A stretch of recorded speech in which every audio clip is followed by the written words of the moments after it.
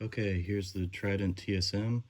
The two switches at the top only work with the mic input, and to engage them, you flip them towards the text. So there's 20 dB pad on mic, there's phantom on mic, and there's the off position on both. This blue switch will toggle between mic and line. Mic is green, push it in, it goes red to line. This is your line adjust.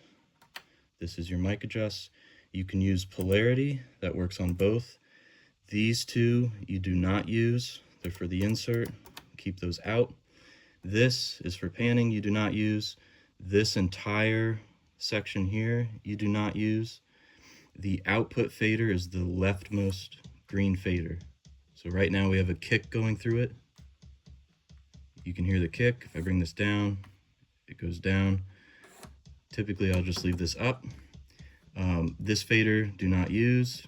These two do not use. This do not use. The mute does work. So you can push mute, you get a little red LED, so you can mute a channel. Each channel you have your mic and line and your output fader, and then right next to it is the EQ for that channel. To engage the EQ, it's down at the bottom. You push this in, you get the red light. Now this whole section's active except for the two filters. To engage the filters, you have to push this button, you get a green light. So this is EQ out, EQ in, right? There's a bunch of low end, so this is boosting, 40 Hertz. These switches are your Q. So down, it's wide, up is narrow. If you're boosting, I like to leave it wide. If you're cutting, I like to leave it narrow.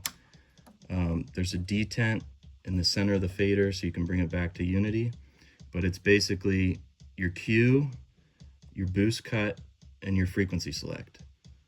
And then Q, boost cut, frequency select. So these are your low band, low mid, then up here you've got mid and then high range, and it's the same thing.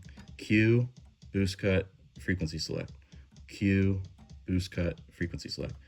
Filters are at the top. I can take the EQ out and engage the filter and they still work. So that's how you get the filters on and off.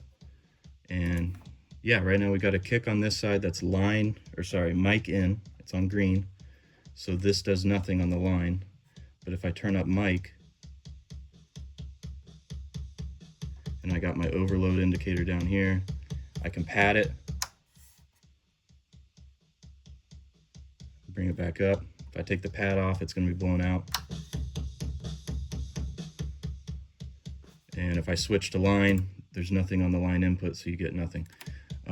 I can mute this, and we can come over to this channel. This is line in, and in this case, we're sending a snare. So mic isn't going to do anything. These switches aren't going to do anything. We're just on line in, and we'll bring up the output fader. It's blown out. Back at unity, it's still blown out. We can go negative.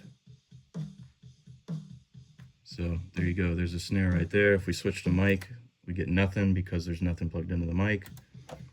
But on this line signal, we can engage EQ.